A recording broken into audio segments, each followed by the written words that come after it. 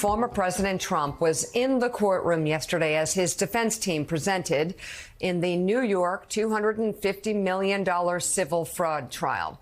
His lawyers interviewed an accounting expert who said the case against the Trump Organization was baseless.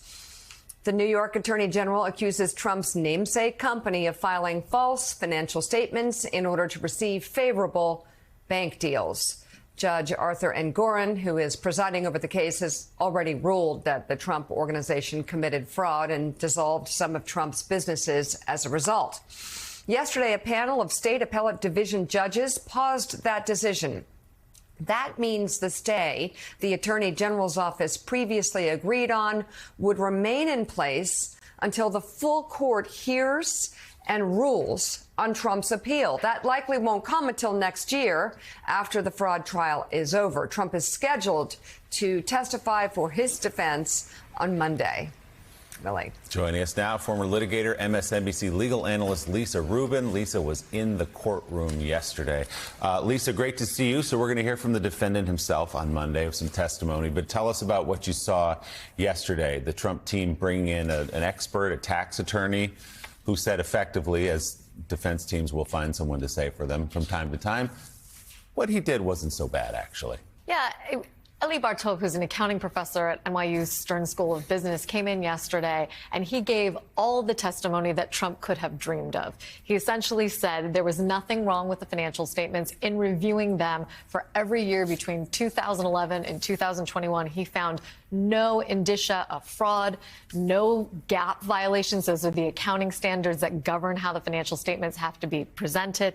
He also said that they contained a warning to anybody reading them to do your own diligence, and he compared it to the Surgeon General's warning on a box of cigarettes. If I were the Trump Organization, for example, I might not want to be compared to a health hazard, but they seem to welcome that comparison. And then he said that Deutsche Bank, in fact, did do its due diligence, and he went through their credit reports and showed where they had data that wouldn't have been evident to them through the financial statements alone, and drew from that the fact that Deutsche Bank must have asked for and got more information from the Trump Organization that allowed them to come to the conclusion that he was creditworthy. There's so much legal trouble surrounding Donald Trump that people tend to lose track of it all. You are eyes inside the courtroom. So as he takes the stand on Monday, what does this case look like? How's it going for him right now?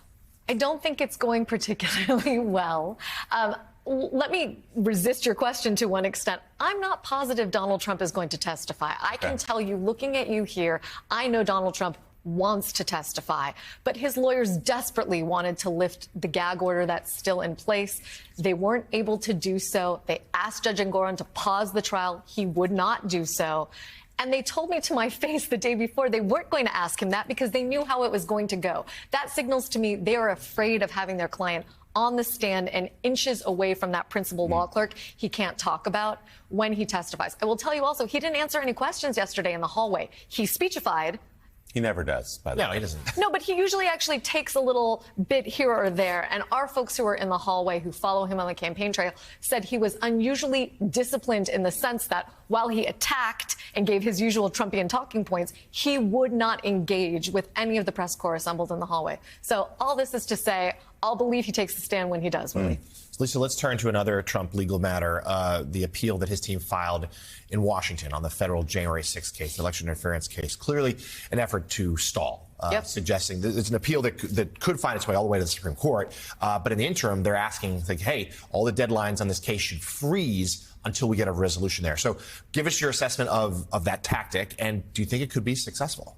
I think it's a really interesting application and more interesting today than it was last week. That's because a D.C. Circuit panel last week decided in a different January 6th constellation of cases, 3 civil cases brought by people injured on January 6th, that essentially those immunity issues have to be resolved before discovery in the case. Now, this is a criminal case, not a civil case. Donald Trump got all the discovery that the Department of Justice had, for the most part, on day one of that trial. Day one of that case after indictment. And he's been taking advantage of it for several months now. So I'm not sure that that carries water. Indeed, the Department of Justice or the special counsel's office may say here, too little, too late. You could have asked to stay this case a long time ago. You did. Judge Chutkan said no. You didn't appeal that then. We're going to go forward. All right, a lot going on with Donald Trump.